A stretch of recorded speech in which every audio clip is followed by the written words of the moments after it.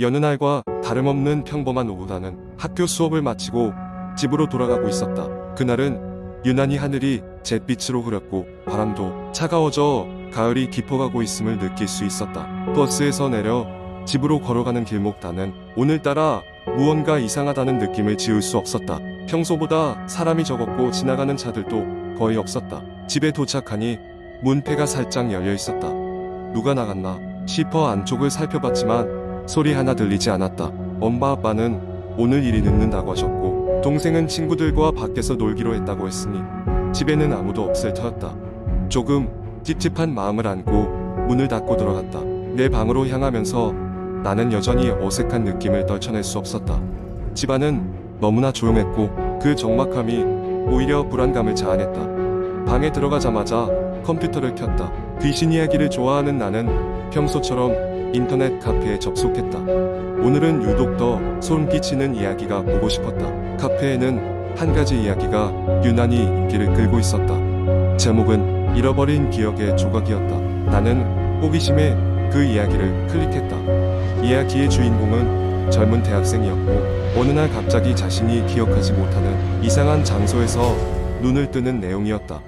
그는 낯선 풍경과 자신을 알아보지 못하는 사람들 때문에 혼란에 빠졌고 점차 자신의 과거를 찾아가기 시작한다.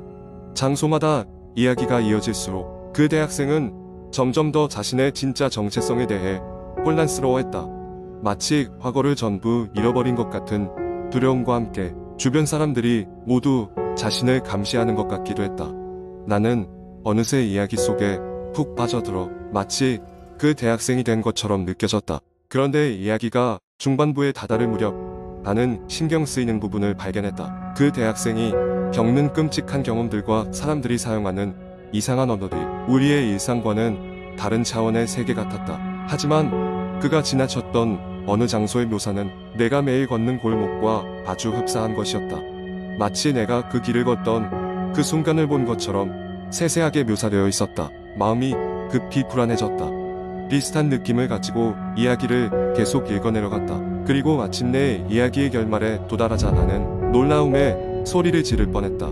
그 대학생이 발견한 진실은 자신이 실제 세계에 존재하지 않는다는 것이었다. 그는 단지 누군가의 상상 속에서 만들어진 인물이었고 그것을 깨달은 순간 그 존재는 이야기에 갇히고 만다. 모니터 앞에 멍하니 앉아있던 나는 갑자기 뒷목에 차가운 기운이 도는 것을 느꼈다. 무언가가 방구석에 있는 것 같았다. 나는 천천히 고개를 돌렸고 방 한구석에 짙은 그림자가 피어오르는 것을 목격했다. 그 그림자는 점점 더 짙어지며 나의 의식을 갉아먹는 듯한 기분을 주었다. 온몸에 소름이 돋았고 나는 도망치듯 방을 빠져나와 거실로 갔다. 그 순간 현관문이 삐걱거리며 소리 없이 열렸다. 문 너머로 비치는 어둠 속에서 누군가의 실루엣이 보였다. 그것은 마치 이야기 속 묘사된 대학생의 모습과도 같았다. 나는 뒤로 물러섰고 실루엣은 천천히 그러나 확실히 나에게 다가왔다. 그날 밤 나는 방 한구석에서 웅크린 채로 뜬 눈으로 밤을 지새웠다. 그 이후로 그 이야기는 다시 열어보지 않았고 컴퓨터도 되도록 켜지 않았다. 하지만 방구석의 그림자는 점점 더 짙어지는 것만 같았다. 그리고 나는 종종 그 대학생이 내 옆에서 자신은 누구인가, 여긴 어디인가를 물어보는 꿈을 꾸곤 했다. 마치 내 삶이 그의 이야기 속에 포함된 것처럼 말이다. 두 번째 이야기 한국의 인터넷 커뮤니티에는 여러 가지 흥미로운 이야기들이 많고 그 중에서도 목숨은 많은 사람들의 관심을 끌고 있습니다. 이번에는 여러분이 밤에 불을 켜고 잘 수밖에 없도록 긴 공포 이야기를 하나 만들어 보겠습니다. 이 이야기는 내가 대학교를 갓 졸업하고 첫 번째 직장을 다니게 되었을 때의 일이다. 나는 작은 IT 회사의 코딩 부서에서 일하게 되었는데 회사는 교외의 오래된 건물에 위치해 있었다. 처음 회사에 들어갔을 때 나는 낡은 건물의 외관과 내부 분위기에 조금 섬뜩함을 느꼈지만 별로 대수롭지 않게 여겼다. 하지만 몇 달 후 그 건물에서 이상한 일들이 벌어지기 시작했다. 하루는 야근을 하던 중이었다. 그날도 역시 늦은 시간이었고 나는 홀로 사무실에서 코딩 작업을 하고 있었다. 바깥 비가 내리고 있었고 창문을 두드리는 빗소리와 간간이 들리는 천둥 소리가 섬뜩함을 더했다. 그러던 중 갑작스럽게 사무실의 불이 깜빡거리기 시작했다. 전기 문제인가 싶어 대수롭지 않게 생각했지만 이내 불이 완전히 꺼지고 말았다. 어두운 사무실에서 컴퓨터 화면에 희미한 불빛만을 의지한 채로 나는 잠시 자리에 앉아 있었다. 그때였다. 누군가 사무실 문을 두드리는 소리가 들려왔다. 원래 회사에는 나 외에 오래 남아 일하는 사람이 거의 없었기 때문에 나는 갑작스러운 소리에 깜짝 놀랐다. 두드린 소리는 점점 더 커져갔고 나는 등골이 서늘해지는 것을 느꼈다. 소리는 멈추지 않았고 결국 나는 용기를 내어 문 쪽으로 걸어갔다. 문을 열었을 때 복도에는 아무도 없었다. 이상한 기분이 들어 다시 문을 닫으려 할 때 저 멀리 복도 끝에서 검은 그림자가 있는 것이 보였다. 자세히 보니 누군가가 서 있는 것 같았지만 형체가 분명하지 않았다. 그때 번개가 쳤고 잠시나마 복도가 환해지며 그 형체가 확실히 보였다. 그것은 사람의 모습이었다. 하지만 얼굴이 없었다. 얼굴이 있어야 할 자리는 마치 지워진 것처럼 매끈하게 비어 있었다. 나는 그 자리에서 굳어버렸다. 그 사이 그 형체는 점점 더 가까이 다가오기 시작했고 나는 공포에 질려 그대로 뒤로 달려 사무실로 돌아와 문을 잠갔다. 심장은 미칠 듯이 뛰었고 숨이 가빠졌다. 잠시 후 문 밖에서 발소리가 들렸다. 그것은 사무실 문 앞에 멈춰서더니 천천히 문을 긁기 시작했다. 나는 다른 동료들이 장난치는 것이라고 믿고 싶었지만 너무나도 불길한 느낌이 드는 것을 억제할 수 없었다. 나는 결국 사무실에 있던 모든 책상과 의자를 문 앞에 쌓아두고 비상구로 향하는 문을 열었다. 비상구는 밖으로 이어지는 쪽이었기에 비가 오는 대로 내달렸다. 정신을 차렸을 때는 회사 건물 밖에 엎드려 숨을 몰아쉬고 있었다. 그 후로는 야근을 하지 않았지만 이상한 일들은 계속되었다. 사무실 곳곳에서 사람들은 설명할 수 없는 소리와 움직임을 경험했다. 몇 주 후 나는 사무실을 정리하던 중 건물의 역사에 대한 이야기를 듣게 되었다. 이 건물은 한때 병원이었고 11년 전 큰 화재가 발생했으며 그 결과 많은 이들이 목숨을 잃었다는 것이었다. 화재로 인한 사망자 중 일부는 아직도 이 건물에서 떠돌고 있으며 그날 내가 본 얼굴 없는 형체가 아마도 그 영혼들 중 하나일 것이라던가 또는 모두가 공포에 질려 마주한 자신의 상상 속의 무언가 일 수 있다는 여러 소문들이 돌고 있었다.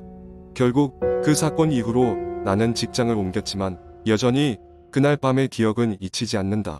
종종 밤이 깊어질 때면 마치 누군가가 문 밖에서 서성이는 듯한 느낌을 받곤 한다. 문 뒤에 그 형체가 아직도 나를 찾아다니는 것인지 아니면 그저 흔한 불면증일 뿐인지 알 수 없지만 말이다. 이 긴 이야기 속에서 여러분도 각자의 상상력을 더해 다양한 무서운 장면들을 떠올릴 수 있었길 바랍니다. 공포 이야기는 때로는 우리에게 깊은 인상을 남기며 종종 우리의 현실 감각까지 뒤흔들곤 합니다. 괜찮다면 잠들기 전에는 꼭 불을 켜고 주위를 확인하는 것을 잊지 마세요. 세 번째 이야기. 내가 중학생이었을 때 여름방학 동안 할머니 집에서 지내게 되었다. 할머니의 집은 경상남도의 작은 시골 마을에 위치해 있었고 나는 며칠 동안 이어지는 도시의 번잡함에서 벗어나 조용한 시골 생활을 즐기고 있었다. 할머니의 집 주변은 논과 밭으로 둘러싸여 있었고 너머에는 작은 숲이 있었다. 숲은 마을 사람들 사이에서 저주받은 곳으로 여겨졌는데 이유는 그 안에서 사라진 사람들이 몇 있다는 소문 때문이었다. 우리는 그 숲을 잊혀진 숲이라고 불렀다. 어느 날 호기심 많은 내 사촌들과 나는 숲에 들어가 보기로 했다. 그날은 더운 여름날이었고 우리는 음침한 나무들 아래서 더위를 피하고 싶었다. 숲에 들어서자마자 사방이 갑자기 어두워진 느낌이 들었다. 나뭇잎 사이로 비추던 햇빛이 이상하리만큼 흐릿하게 보였다. 우리는 숲 깊숙이 들어가다가 오래된 폐가를 발견했다. 집은 마치 수십 년간 버려진 것처럼 보였다. 창문은 깨져 있었고 벽에는 덩굴이 얽혀 있었다. 집 앞에는 녹슨 그네가 흔들리고 있었고 그 소리가 묘하게 귀를 거슬리게 했다. 나는 무언가에 이끌린 듯 집으로 다가갔다. 사촌들은 망설였지만 결국 나를 따라왔다. 집 안으로 들어가자 곰팡내가 코를 찔렀고 오래된 나무 바닥은 삐걱거렸다. 우리는 서로 얼굴을 마주보며 미소를 지었지만 마음 한구석에 자리 잡은 불안감을 지울 수 없었다. 1층을 대충 둘러본 후 우리는 계단을 따라 2층으로 올라갔다. 그곳에는 4개의 방이 있었고 각 방은 마치 누군가 갑자기 떠난 것처럼 물건들이 어지럽게 널려 있었다. 그중 한 방의 문이 조금 열려 있었다. 내가 먼저 방 안으로 들어가자마자 갑자기 쾅 소리가 나며 문이 닫혔다. 나는 깜짝 놀라 문을 잡아당기려 했지만 문은 꼼짝도 하지 않았다. 사촌들이 문 밖에서 나를 도우려 했지만 소용이 없었다. 그 순간 방 안구석에 놓인 오래된 장식장 거울 속에서 누군가의 얼굴이 보였다. 얼굴은 창백했고 슬프게도 웃고 있었다. 나는 소스라치게 놀라 뒤로 물러섰다. 그때 갑자기 방 안에 한 서랍장이 스스로 열리며 그 안에서 낡은 일기장이 떨어졌다. 나는 떨리는 손으로 일기장을 집어들었다. 첫 장을 넘기자마자 날카로운 목소리가 내 머릿속에 울려 퍼졌다. 나를 구해줘. 일기는 이 집에 살던 소녀가 쓴 것이었다. 그녀는 마을에서 일어난 이상한 사건에 대해 자세히 적어놓았다. 그녀의 가족이 하나둘씩 사라졌고 그녀 또한 마지막 페이지에는 혼자가 되었어. 그들이 날 찾으러 오고 있어. 나는 짧은 문장만 남아있었다. 그 순간 문이 갑자기 열렸고 사촌들이 나를 끌어내듯 방 밖으로 데리고 왔다. 우리는 서둘러 집을 빠져나와 숲을 달렸다. 내리는 해의 마을이 금방이라도 우리를 존재하지 않는 곳으로 삼켜버릴 것 같은 느낌이었다. 집에 돌아오자마자 우리는 그 일에 대해 누구에게도 말하지 않기로 결심했다. 그러나 그날 밤 나는 창밖에서 한 소녀의 흐느끼는 소리를 들었다. 소리는 점점 더 가까워지다가 내 방 창문 바로 밖에서 멈췄다. 다음날 아침 창문 아래에는 작은 발자국이 남아있었다. 그 발자국은 마을 어귀의 숲까지 이어져 있었다. 나는 그 발자국이 무엇을 의미하는지 알고 있었지만 아무에게도 말하지 않았다. 그저 가슴 속 깊은 곳에 숨어있던 두려움을 안고 다시는 그 숲 근처에 가지 않겠다고 다짐했다. 그 이후로 나는 할머니 집에 가는 것을 피했다. 하지만 가끔씩 그 소녀의 웃고 있는 얼굴이 거울에 비친 내 얼굴 뒤에 어른거리곤 했다. 지금 생각해도 그 여름이 무슨 의미였는지 선명하지 않다. 잊혀진 마을의 비밀은 여전히 그 숲 어딘가에 남아있을 것이다.